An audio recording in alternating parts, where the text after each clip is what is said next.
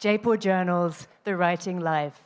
This session will feature Namita Gokhale and Shashi Tharoor in conversation with Shunali Khullar Shroff.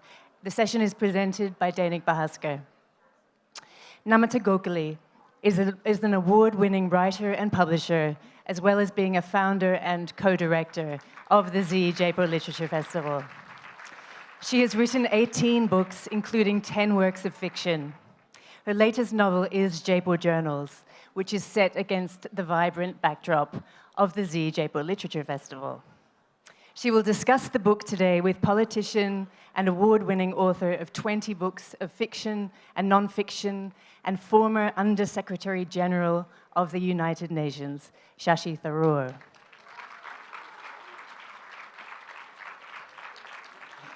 Shashi Tharoor features as a character in the novel. Also appearing in conversation is best-selling writer and journalist Shunali Khullar Shroff, author of Battle Hymn of a Bewildered Mother and Love in the Time of Affluenza. The session is presented by Dainik Bahaskar. Let's join once again to give a warm round of applause for Namita Gokhale, Shashi Tharoor, and Shunali Khullar Shroff.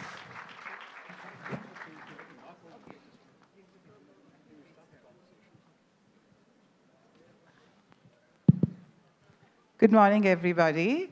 A very warm welcome to you all. Thank you for being here this morning in such large numbers. Although I know it has something to do with the popularity of the people to my right and to my left. So since you already know everything there is to know about them in that sense, I won't waste any time. It is my privilege indeed to be in this conversation with two luminaries of the literary world. That's all right. And as you all know, we are here today to launch and discuss Namita Gokhale's new book, Jaipur Journals.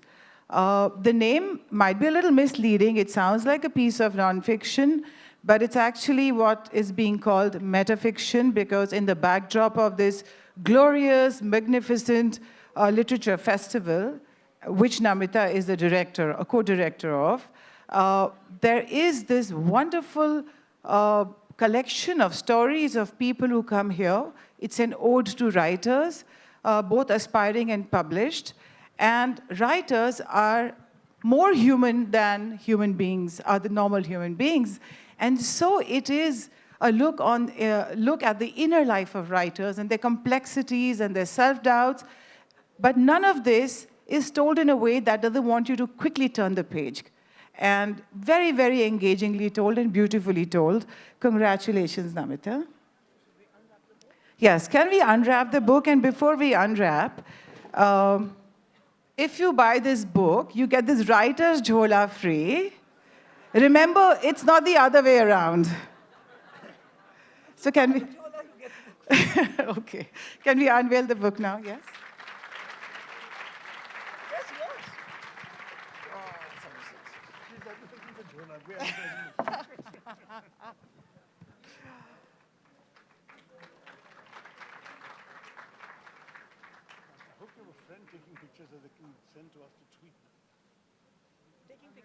Yeah, I hope you all have pictures to tweet.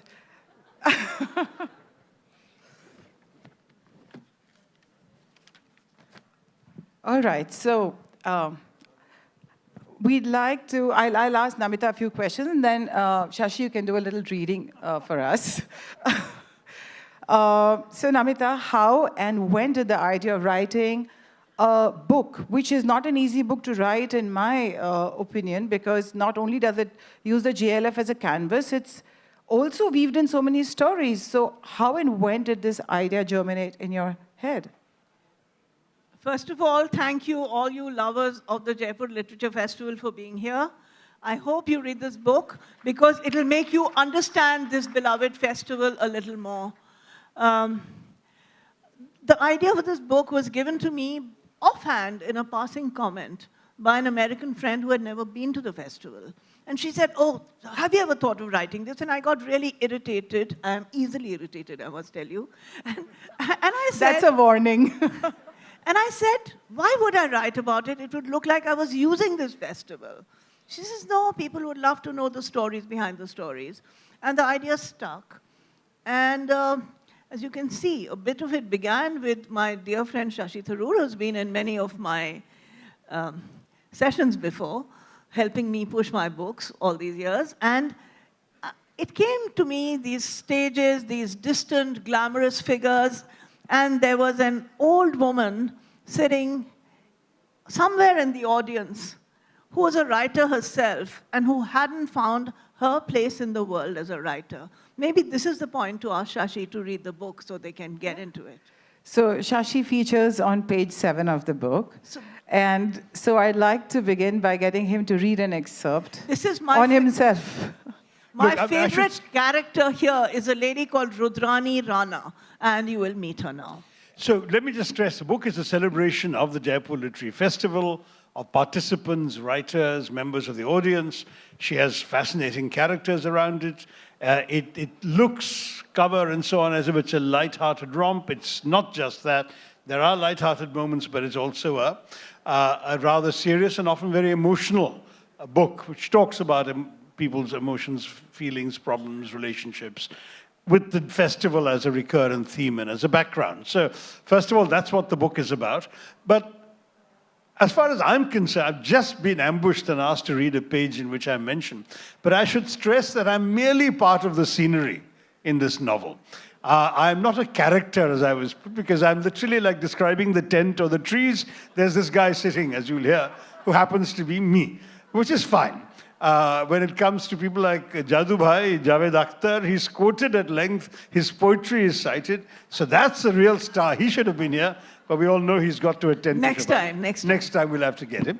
But the fact... In a political thriller. Oh, don't do that either. This girl is going to get me into trouble, I'm sure of it. Anyway, so she's asked me to read the page, which is actually very early in the book, so it introduces some of the characters, and I'm part of the backdrop scenery. Special guest appearance, as you might say. Jaipur, January, Thursday. Around her, the sounds of the Lit Fest, of hissing microphones and frenzied footfalls and occasional bursts of applause. In her heart, poison and vitriol. In her capacious handbag, her unpublished magnum opus, Unsubmitted. That was how she referred to it. Rudrani Rana's hands trembled as she worked painstakingly on her notes. There was a word she had heard today for the first time. She knew a lot about words and their meanings, English words, not these desi, khichdi, pidgin languages, yet she had never encountered this one. I am not a troglodyte, Shashi Tharoor had asserted in his session, which was quite predictably, thank you, Namita, the most crowded in the festival so far. Rudrani had found a perch in the long corridor near the press terrace, one of the few benefits accorded to those of advanced age to being what they called a senior citizen. Troglodyte, now what could that be? Tharoor had tried to explain it, but his words had been drowned in cheers and applause. Rudrani is a walking dictionary, a two-legged thesaurus, her school teacher, her mentor had declared in those long ago days when she had been young, her salad days. Rudrani's varicose veins were acting up and her feet were hurting. Troglodyte, she began searching for her second bag, the larger canvas one, for her well-thumbed pocket dictionary. Troglodyte, noun, especially in prehistoric times, a person who lives in a cave, a hermit, a person who's regarded as being deliberately ignorant or old-fashioned. Humph, she said to herself. She enjoyed humphing to herself. It was a form of expression both ironic and self-deprecatory, and yet it helped to voice her very real frustrations with life as she was living it. That's the beginning of the scene. And I don't appear again, I assure you. But before we end this session today, you have to give us another gem of a word, so people have something to go back home with. So, Namita, I will get to Rudrani Rana shortly. The fact is that when you come to a Lit Fest of this size and this grandeur, and you see celebrity authors, and you click selfies with them, and you listen to all sorts of discourses, I don't know how many of us would actually be able to come up with 5 to 8 characters and weave plots and stories around them. When you started doing this book, was it meant to be nonfiction and it became fiction eventually? No, it was always meant to be fiction. And these days, because I work so hard on all the literature festivals around the world, I help program. In fact, I do most of the programming for London, for Ireland, for Toronto. Yeah, I lose count. For Houston, New York, Toronto. All the offshoots of the Jaipur Literature Festival around the world. Around the year. Earlier, I would have 6 to 8 months to write, and then I would concentrate on the Lit Fest. But now, the pacing is such that I work on it, and it's got its own pace. We have a fantastic team, and I'm not complaining. I love doing it. But I have to have something of myself also. So I write in those times. And the pace of this book was very easy to write. It's like short stories are easier to write in intervals. This was a book in which I could get intensely involved in one story, then sign off, begin another story. So I think the format of this book helped me to write it very easily in between all these festivals. And it really was a huge release of emotion. Because I also get a bit frustrated sometimes, like Rudrani Rana, because people forget I'm a writer. They think, oh, the festival organizer. And I don't mind that happening, but when the inside of me forgets. So it was a return to my writing life in short snatches, which could be managed between everything else. Actually, I think that's a very important point worth underlining, that too many people know Namita now as a literary impresario. But she actually, I first heard of her on a BBC World Service program discussing her first novel, Paro, Dreams of Passion. And I've always met her and seen her as a writer 20 years before the Jaipur Literary Festival came into existence. And I must say that it's extremely important now that you keep writing. I'm very proud to have launched a couple of your books. I think it's important that we have an opportunity always to balance whatever we have to do or feel impelled to do professionally with that creative side. And that's a struggle, of course, of many of the characters in your book as well. Yeah, I feel grounded when I'm writing, and I feel a bit lost and bad-tempered when I'm not writing. And I'm sure you must be knowing the feeling, because you do manage to be so prolific in between so many distractions and aggravations and political commitments and fandom. And also stand-up comedy shows now. And now stand-up comedy shows. Which reminds me, I had promised myself I'll only talk about my book and push it. But I'm going to break my own rule. Because you have forgotten, jo wada kiya tha, wo nibhana padega. He had promised me that he'll come up with a very short little comedy sequence on literature for the festival. She should have reminded me of this promise a long time ago. That was actually for the curtain raiser of JLF in Delhi, which I had promised to do, and I'd even thought of a couple of jokes. But then I got delayed in Parliament, not only by a debate, but a vote, which went on till past 10 o'clock at night. So we'll find another excuse, but Namita's show is about Namita's But book. sometime you have to do it. Okay, so Rudrani Rana now. Before I begin introducing Rudrani to our audience here, I wanted to say that when I read this book, I realized that, of course, Paro was a cult classic. Those of you who haven't read Paro, I mean, as much as this event is about Jaipur Journals, also read Paro, please. There's a lot of wisdom and depth in this book, and an astute observation about human beings. And you can tell it's been written by a person who's really understood life and the human condition. So how did Rudrani Rana come about? She is one of the main characters that stays with you long after the book is over. I've forgotten the exact quote, but years ago, I read somewhere that a real artist has something within him or her that has not healed. There is a scab at which you push away. When you are healed, you don't need to write at least these sort of books. You write the Gurudam books, I guess. But here there are so many people in this novel who are not healed, who are carrying a sense of hurt inside them. And they are all trying to work through that hurt through their books. And Rudrani Rana is one such person. There used to be somebody who came to the festival, but it was a man, not a woman, and an intelligent man, but not able to make it to the thing. And I would see him at various festivals, not only this one. And he would be sitting outside the author's lounge looking in very, very sadly. But then after that, he would have a delusional sort of life where he thought he is actually a very great writer, which he could have been in a different set of things. He wasn't published like Rudrani as well. I won't go into him, but because he was just the base of that idea.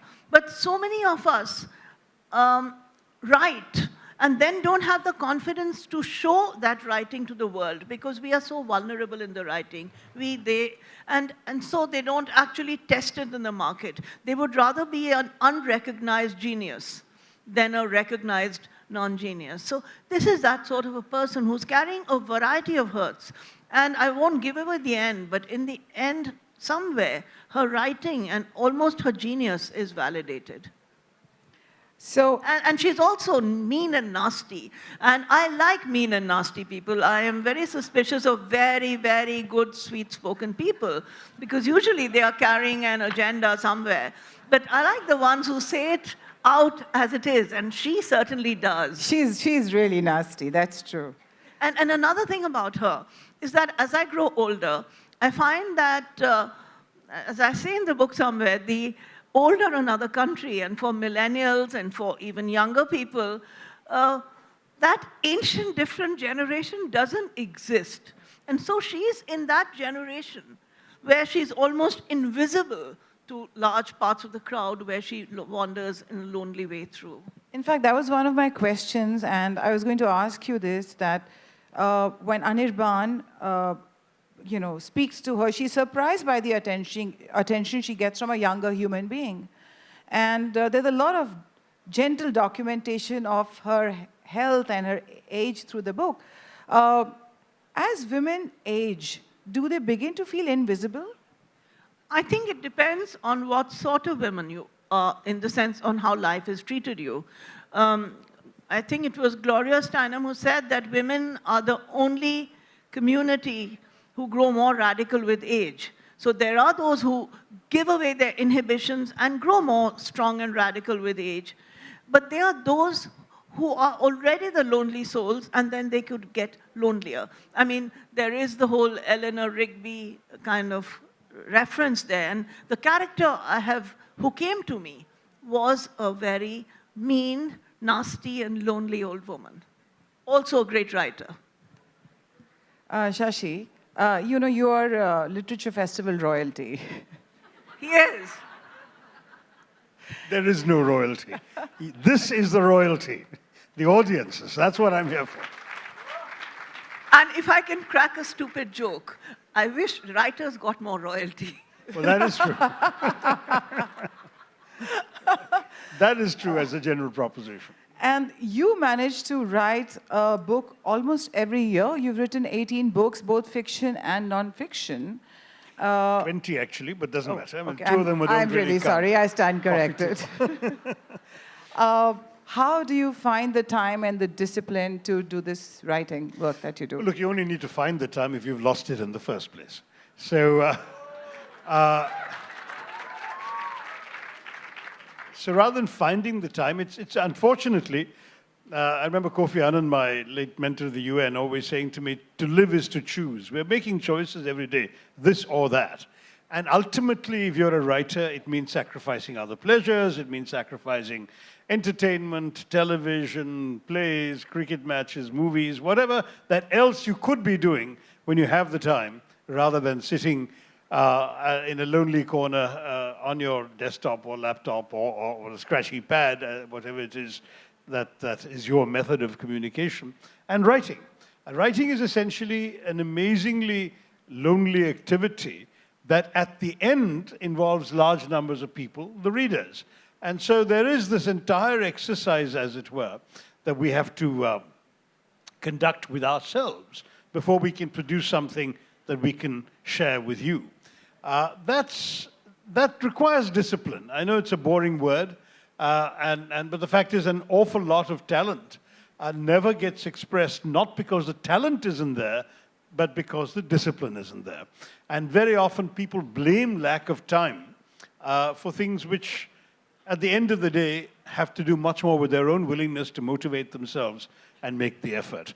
I mean, writer's block, for example. I mean, this is such a luxury. I mean, I don't think any other profession allows. Have you heard of chartered accountant's block yet? Or, certainly politicians never seem to feel blocked when they have to make speeches. So the truth is that it's an indulgence. I mean, you think that somehow there's something so mystical about your talent that it gets blocked by some absent muse, and you then spend hours agonizing over one sentence and so on. I think that, frankly, for someone like me, and probably like Namita, there isn't time for that. I mean, you basically say, I've got X amount of time before my other responsibilities start crowding on me, and I will express what I have to as quickly and as effectively and as best as I can. But having given you this long and pompous answer, I'll give you a very short and simple one, which was actually not mine, but an American humorist of the 1940s called A.J. Liebling, who was asked a similar question. And he said, it's very simple. I write faster than anybody who writes better, and I write better than anybody who writes faster. That's a good tip, too. I'd like to add to that. James Joyce, when asked about the same question, he said it's silence, endurance, and cunning. Silence, exile, and cunning. But I think it's not only the silence, exile, and cunning, it's also the endurance. I've seen a lot of young writers who actually are betrayed by their early success because they think it's always that easy. I know, because I had a success of my first novel, and then there are years of endurance when the same luck may not carry through, and you have to find your voice and re-find your voice. So it's endurance more than talent, I would say. But is it always daunting to write another book after, say, the success of a book like Paro? Yeah, I wrote another novel after Paro because everybody said, oh, this is just a flash in the pan, and she's a pornographist and all kinds of things. So I wrote a book to show what a serious woman I am. So I wrote a very depressing novel. And after, I thought it was a good novel to show what a serious person I am. Nobody wanted to publish it. They wanted me to go on writing like Paro. So that book came out years later, and 10 years, there was nothing published, and I had to completely scratch my way back and make it. So I know failure and success and failure, but if you don't go back to the rag and bones shop of the heart every time, if you just rest on your success, it doesn't work. That's something similar to what Stephen Hawking says, get to the desk every day and just write. I guess you're both doing that, and which is why 20 and 18 books, or is it 19? And I've lost track of that 18. as well. So, you're a very, very versatile writer. You've masterfully tackled mythology. You've written satire, fiction. You've written about the mountains, which are obviously something which is very close to your heart. How do you manage this wide spectrum of so many genres? How does it work? How does your mind churn out this, this fountain of so much creativity continuously? Those big words, this is not how I look at it. It just, at a particular phase, something comes into my heart and my head. And then, as Shashi said, I just go ahead and do it. So it's not commissioned ideas, but I know already my next book, and I've already marked in my diary. I've got notes in it for 2 years. Even when I was editing this, I knew that's the book I want to write. And in my diary, on the 15th of March, beware the Ides of March, because I am going to start writing what I hope will be a very important book to me. And I'm all set. It's going to be like, shut the world out. I guess you don't want to talk about it just yet. No. Shashi, are you like that as well? When you're writing one book, you already know what you're going to write in the next one? Yeah, well, my misfortune is I have about 4 ideas bubbling away in my head at any given time, and not even time to write one of the 4. So it is a struggle. And it's not just, many friends and writers ask me why I haven't produced any fiction for a while, no, for a very long while. My last novel was now 19 years ago. And the answer, very frankly, is partly to do with what you're talking about. That is that to write fiction, you need not just time, which is scarce enough in my life, but you need to create a space in your head that is, as real to you as the world you're actually living in, where the dialogue, the episodes, the events, the characters have a sort of continuing plausibility and existence in your life. So you build this palace of illusions, if I can borrow Amitabh's metaphor, a glass palace.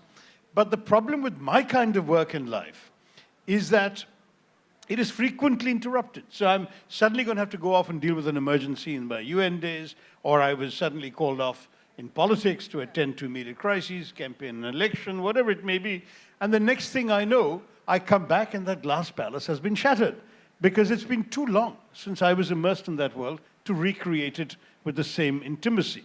Whereas with nonfiction, I find that, even if there's, say, a 6-week gap between something I began writing and hadn't finished, I could go back, read what I'd written up to that point, immediately click onto my own train of thought and argument, and conclude it. And that's why I switched dramatically to nonfiction after having my laptop littered with unwritten books. I will say, though, that ultimately you write what you want to write. George Bernard Shaw had said that I write for the same reason a cow gives milk. It's inside you, it's got to come out, and in a real way you'd be in distress if it didn't. And that, I think, is what motivates most writers, and certainly that's why I put myself through all the lack of sleep and the lack of entertainment and lack of diversion. That is part of the collateral damage of being a writer with another job. Namita, I wanted to talk to you about another fantastic character, Betab. Betab is a guy who Burglar poet. Burglar poet, yes, and he brings a sort of nobility to the act of thieving. It's almost like Namita has written him so tenderly, his whole character, that I considered burglary myself after reading it. So it sounds like a virtue. Please tell us about him. He was my favorite character in the book, I have to say. He is also my favorite character, apart from Rudrani, who I'm her, she is me kind of thing. But I will tell you the backstory of Betab and how he came to me. And it's a novel in itself. So I have this very funny habit I had until my family forbade me after this, of sleeping with the air conditioner on and sleeping with one wire door, a gauze door, left closed, so I'd get some fresh air and air conditioning. So, And occasional bouts of pneumonia to go with it, or not? No.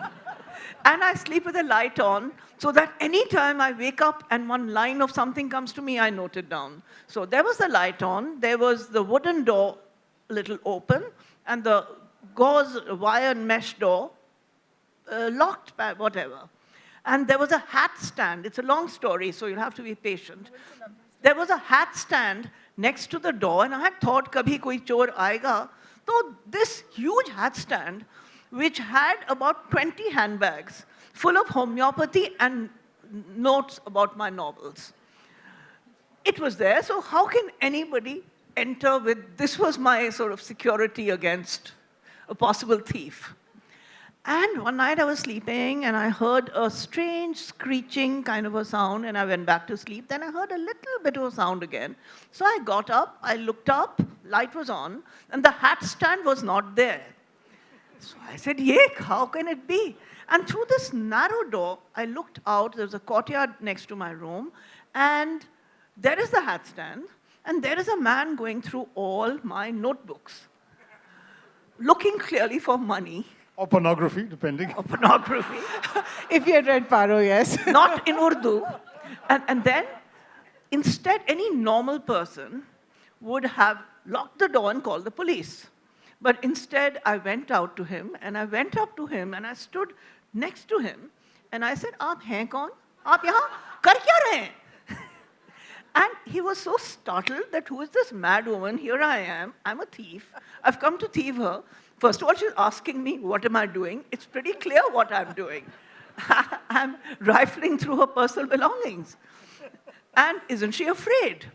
So and this was the moment where Betab was born, this novel, because he got up and he floated out from a back door, and then I had the presence of mind to shut that thing that led into the back lane. He left his auzars, his thieving instruments behind, and I was just struck by the grace with which he floated out. He was like a ballet dancer. I'm not joking, he was 2 feet above the ground. He was, and I just said, what a graceful movement. This man should have been a dancer. He should have been Houdini. Why is he here looking at my notepads and my homeopathy? I mean, I thought, what a thankless life.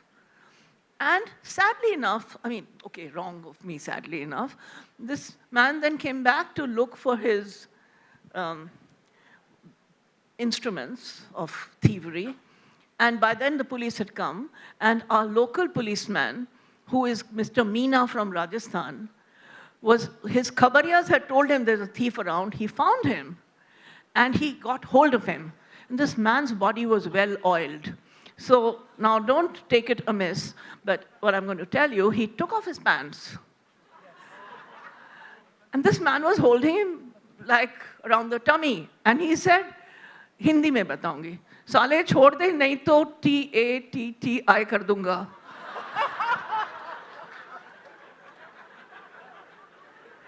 And Mr. Meena says, kar lo. And then this man was caught because it took 14 men to get him down from one pawn shop and, a taxi stand. They got him, he was arrested. I had to go and whatever. I went to the police station. My daughters came with me and they thought I was absolutely nuts because I kept saying the victim. And I was talking about him. And the policeman said, Madam, victim aap hai. आप कुछ समझती नहीं है? Then he got angry with me. He said, आप NGO वाले, आप इस देश को बर्बाद कर रहे हैं. Victim कौन नहीं है? कैसे समझेगा? So this man entered my life like this. Later, I found out that he had children. He was who was studying in a convent school somewhere. They didn't know their dad was doing this. And I felt hurt for him because years ago, I'm also a publisher. And I had published a book in Hindi called Chor Puran. And Chor Puran was about how the biggest thieves always make it to the top. And the guys who are the pickpockets and all get it. So I just felt for Betab. And this character, just one day I was scribbling away, and before I knew it, there is this incredible man called Raju Srivastav, whose dad was a tailor, and he always stitched the clothes too tight. So he was always broke because nobody paid him for those clothes. Patko the clothes back on him or whatever. And father's got cancer and he becomes a cat burglar because when my thief, meaning the thief who came to me, was caught, he was found that he was the greatest cat burglar in Delhi. And that policeman had been trying to catch him for ages. He knew how to evade the CCTV cameras. So the idea of thieving, how we are writers are thieves too. We pick on other people's lives. So for more of that, please read about Raju Srivastav Betab, who is a Urdu poet of note and who finds his voice here in the Jaipur Literature Festival.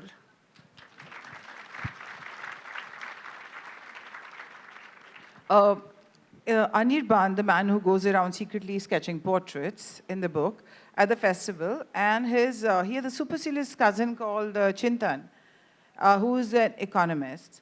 And they get into this ultra-right versus liberal sort of an argument.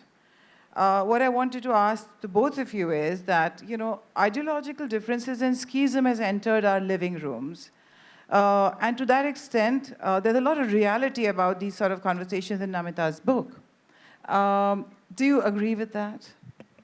No, I think what's nice about Namita's book is precisely it's full of real people who speak the way in which we all do, that as we meet in places like this, the arguments we have, the relationships we develop or not, as the case may be. I mean, it's an amazingly sort of realistic work.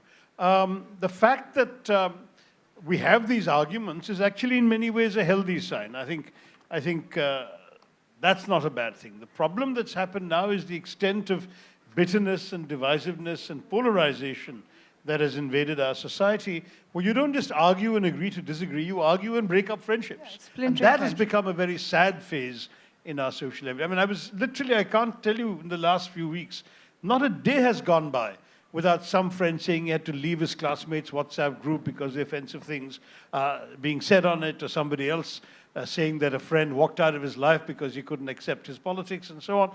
And in a democracy, we shouldn't be getting to that point. I think there's something wrong about the current global currents that's put us in that position. You know, this book is an ode to, like Namita puts it, a very lonely tribe, the tribe of writers. Yesterday, Elizabeth Gilbert in her session said that, you know, I think lonely writers are a cliche because, for example, you don't come across as, you know, a reticent, shy, brooding.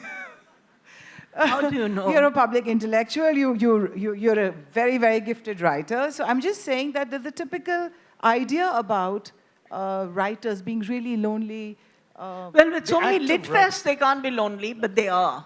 You know, I know because I do all this programming of writers, and I sit in the author's lounge, and one thing I've seen about all the writers I know is that the day, an hour or two or a day before they go on stage, not Shashi, because Shashi is a politician. I wish all the politicians agreed that I was one, but that's another No, matter. but the writers actually get a pit in their stomach because they are not performers.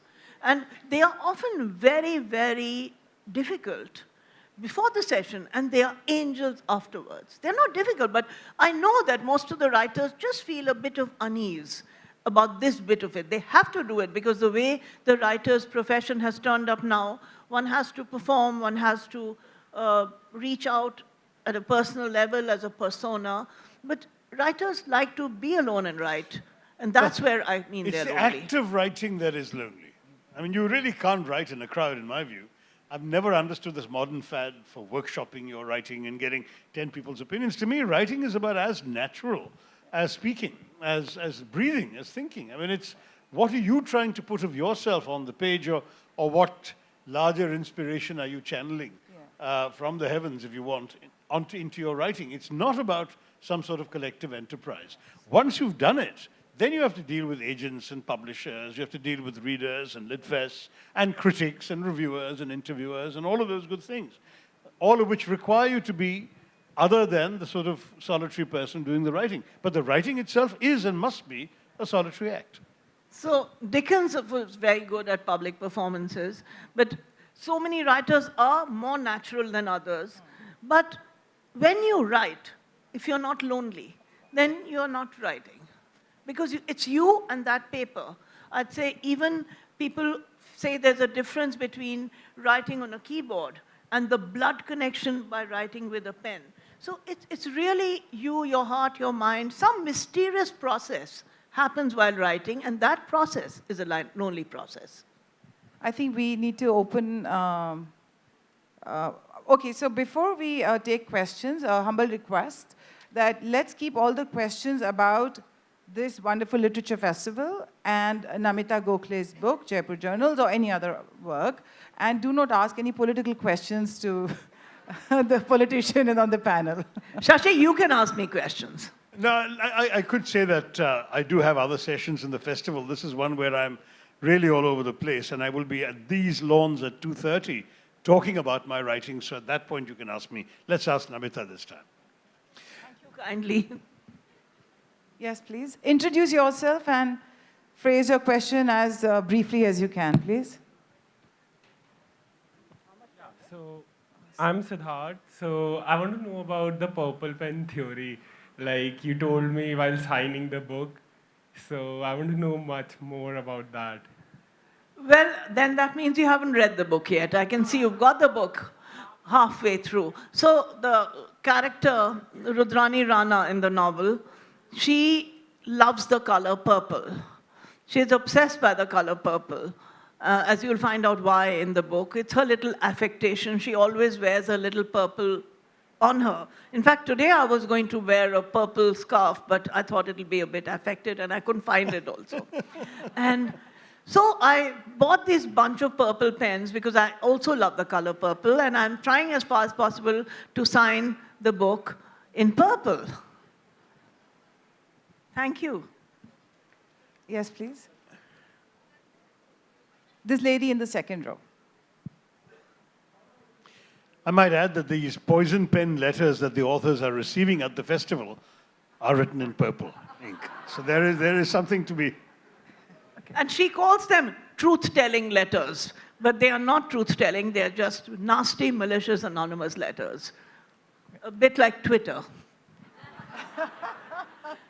Okay. Yes, Hi. Mariam. I would like to know. Do introduce yourself to the audience.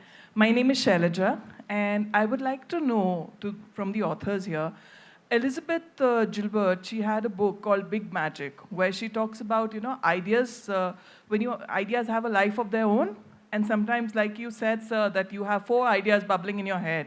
Has it ever happened with you that you had an idea, you probably worked half on it, and you couldn't find time, and you find that idea, somewhere else with somebody, coming up, and maybe they've written a book about it? Has that ever happened with both the authors? I mean, no, not quite that way. I mean, yes, I've got lots of, as I said, I've abandoned manuscripts I've begun and stories I've begun writing simply because of lack of time or because it didn't, in the end, sound right the way I'd imagined it. But I wouldn't say that somebody's done identically what I wanted to do. They may have touched on the same subject in their own way, in a different angle, different characters, different stories. But identically, no. I mean, I think with nonfiction, there's a bigger risk of that. So, for example, when I did The Paradoxical Prime Minister, I found myself being invited a month earlier to launch a book by a colleague of my own party on the same theme.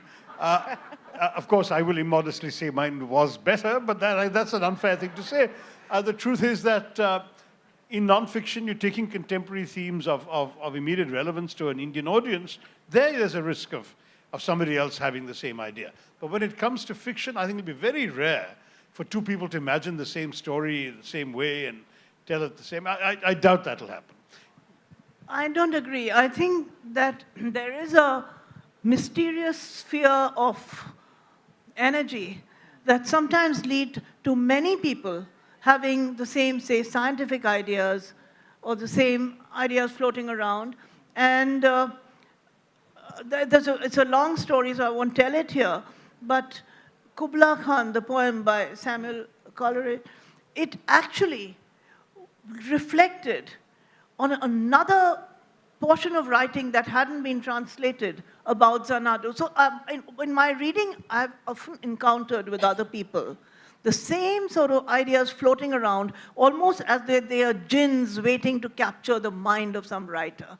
And I know that Shailaja, who asked the question, she has some very strange and mysterious ideas floating into her novel. So I think sometimes these ideas are injected from some stratosphere of creative ministry of the... Okay, I don't know about writers, but certainly publishers often have the same idea. That's true. I mean, I have been approached once by 4 publishers within 2 weeks, all proposing that I write exactly the same book. What are they asking you to write? I won't reveal that yet, because one of them I had said yes to before the other 3 came. Where is the mic? Yes, please, gentlemen in the front row. Oh, this is बहुत लंबी बात बोलेगा. But please keep it brief. We Mr. only have... Parikh, धीरे धीरे, जल्दी जल्दी. आप जानते हो मैं ज़्यादा बोलता हूँ इसलिए. नहीं, time बहुत कम है. We have to wrap up. I'll try to. See, as you know, this is my 9th visit to Literature Festival. 9th time I'm coming, and my experience is overwhelming. And basically, I'm a poet, and because of this book, I'm inspired to say that in 1968, my first poetry collection was published. And from 1968 to 2010, nothing, because I went into my chartered accountancy practice. Okay, but what's your question, sir? This is not a question. This is your poetry. Okay, my question is, I'm not telling, just my question is that I have struggled a lot about my last 3 books to get a publisher.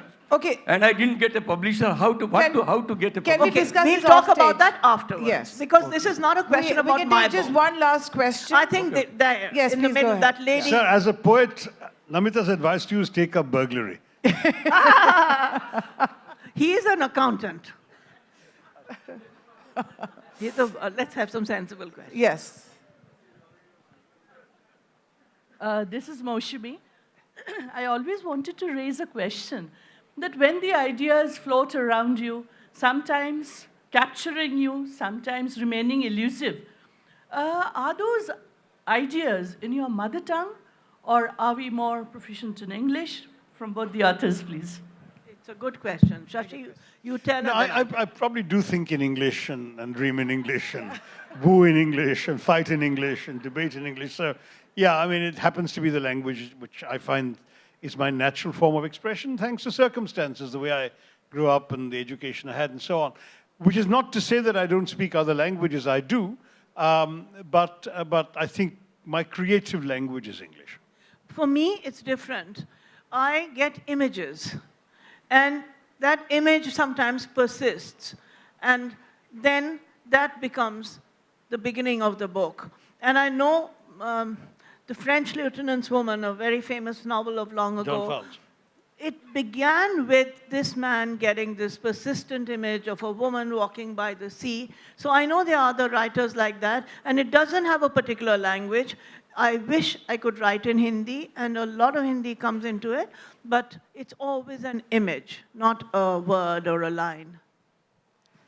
Yes, sir. Okay, this is exactly the last question. We have just 1 minute, yes. Thank you. Thank you. My name is MP Prabhakaran, a struggling writer with no name recognition. So I was on the brink of giving up. After listening to Nandita and Shashi, I've decided not to give up, keep on struggling. I have to plug in. That's really lovely. That's good.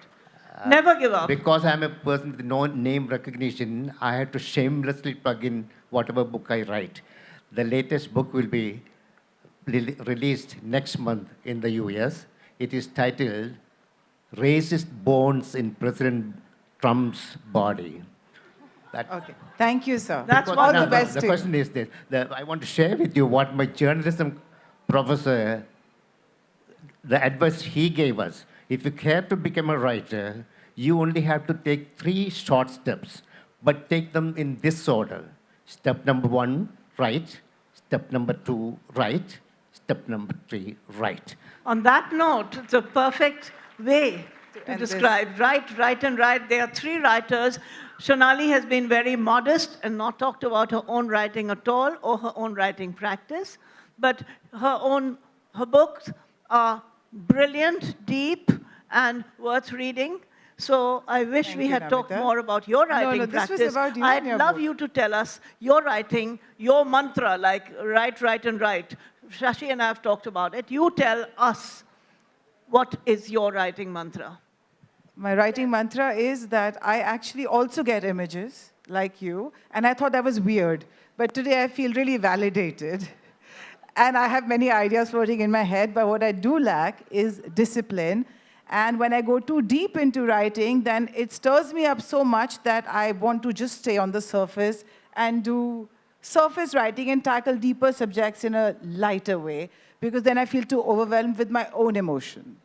Wow. So the session was, in my head, the session was Jaipur Journals, The Writing Life. So here we are in the lawns of Diggy Palace. What better place to think of this book? And with 2 accomplished writers.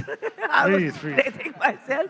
And so let's have a round of claps for The Writing Life, for writers, lonely or otherwise. And for Namita and Shunali. And Do for get Namita, the book. please get this book, and Namita will be signing the books at Full Circle shortly. Are No, you- wherever, the authors, wherever. Okay, they'll announce wherever, but please come with your jholas and the books there. And I'll do my signing after my 2:30 session, not now. So see you later if you want my book signed.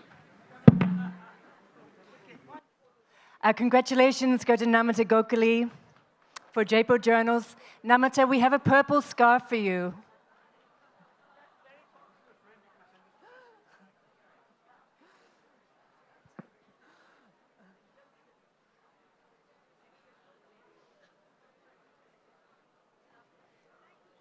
Namita will be signing copies of Jaipur Journals. You can pick up the book at the JCB Prize for Literature bookshop, managed by Full Circle.